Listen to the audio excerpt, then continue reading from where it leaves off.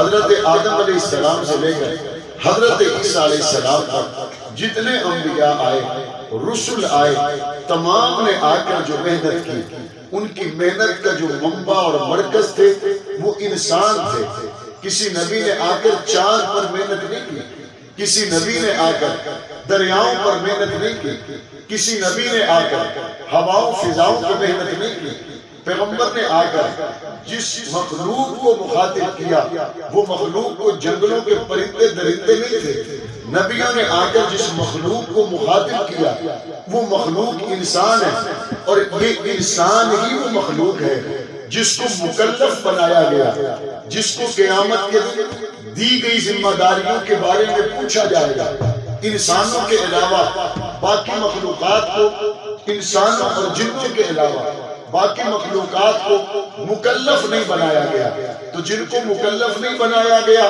ان میں رسول بھی نہیں آئے، ان میں نبی بھی نہیں آئے، ان میں آسمانی کتابیں بھی نہیں آئیں، صرف انسان کو مکلف بنایا گیا۔ اور انسان کے علاوہ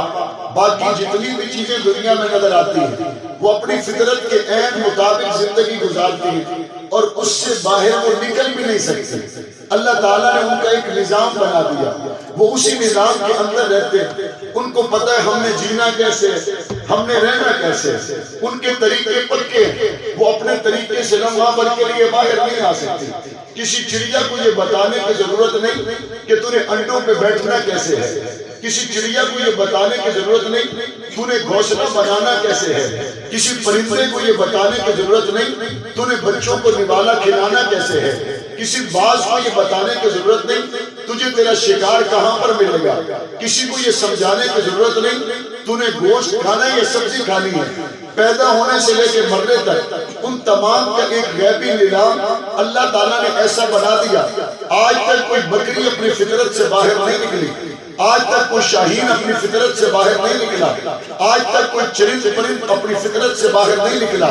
صرف دنیا میں ایک واحد مخلوق انسان ہے جو اپنی فطرت سے ہٹتی ہے، آگے پیچھے ہوتی ہے، اور اسی کو اللہ نے اختیار دیا ہے، چاہے تو رائٹ سائڈ پر چلا جائے چاہے تو رانگ سائڈ پر چلا جائے۔ اسی ایک مخلوق کے پاس اختیار ہے، چاہے تو اچھا کر لے چاہے تو برا کر لے، اور یہ ایک ہی مخلوق ہے جس کے اندر اچھائی اور برائی کا خیال بھی برابر آتا ہے۔ فَأَلْهَمَهَا فُجُورَهَا وَتَقْوَاهَا قَدْ أَفْلَحَ مَنْ زَكَّاهَا وَقَدْ خَابَ مَنْ دَسَّاهَا۔ انسان کے علاوہ کسی مخلوق کے اندر اچھائی برائی کا خیال نہیں آتا۔ اگر کوئی کوا کسی بچے کے ہاتھ سے بسکٹ لے جائے،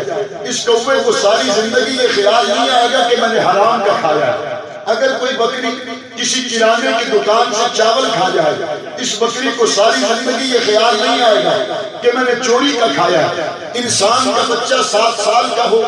10 سال کا ہو، کسی کرانے کی دکان سے ٹافی اٹھا کر بھاگے،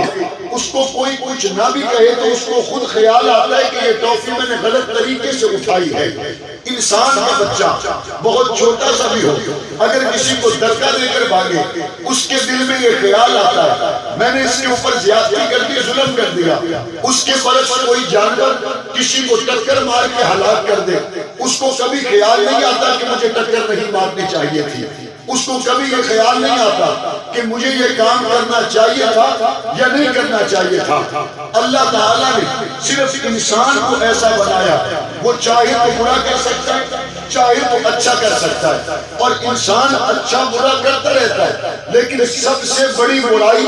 انسان کرتا ہے تو وہ کون سی کرتا ہے؟ سب سے بڑی برائی انسان یہ کرتا ہے، اپنے بنانے والے کو بھول جاتا ہے، اپنے پیدا کرنے والے کو بھول جاتا ہے، اپنے نقش و نگار دینے والے کو بھول جاتا ہے، اور صرف بھولتا نہیں ہے بلکہ کئی مرتبہ غداری کی انتہا کرتا ہے۔ جب رب کو چھوڑ کر رب کے مقابلے میں پوجا شروع کرتا ہے، رب کے مقابلے میں بیٹے مانگنا شروع کرتا ہے، بیٹیاں مانگنا شروع کرتا ہے، اور مانگنا بھی کس سے شروع کرتا ہے؟ جو خود اپنا آپ کا بندوبست نہ کر سکے۔ بھلا وہ بیٹی دے سکتے؟ حضور کے آنے سے پہلے فرشتوں کو اللہ کی بیٹیاں کہا گیا، حضور کے آنے سے پہلے کعبہ میں 360 بتوں کو رکھا گیا، حضور کے آنے سے پہلے لات عزا کی پرستش کی گئی، پاک پیغمبر کے آنے سے پہلے کعبہ کا برہنہ طواف کیا گیا، پاک پیغمبر کے آنے سے پہلے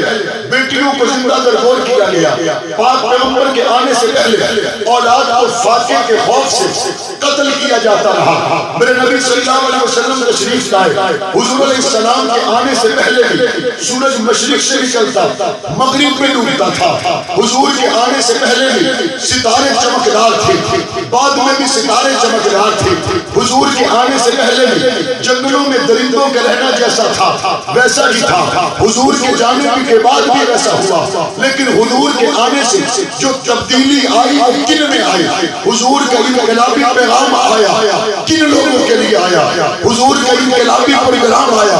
کن لوگوں پر آیا؟ تو آئیے نہ ذرا، تو پھر میں آپ کو بتاتا ہوں، حضور کا انقلاب آیا تو ان لوگوں پر آیا جن میں حضرت عمر بن خطاب نے خود کہا تھا میں تو وہی عمر بن خطاب ہوں جس کو باپ ڈانٹتا تھا کہ اونٹ چرانے کا سلیقہ نہیں تھا، محمد کے قدموں میں بیٹھنے کی برکت ہے کہ آج میرا 22 لاکھ مربع میل پر حکم ایسا عدل و انصاف پر مبنی چلتا ہے کہ دنیا میں کسی بھیڑ پر کوئی بھیڑیا حملہ بھی نہیں کر سکتا۔ انقلاب آیا تو ان لوگوں پر آیا جو غلام ابن غلام تھے، جب پاک پیغمبر کے رنگ میں لگے گئے وہ چلتے مکہ کی گلیوں میں تھے، کھڑ کے جنگل میں سنائی دیتے۔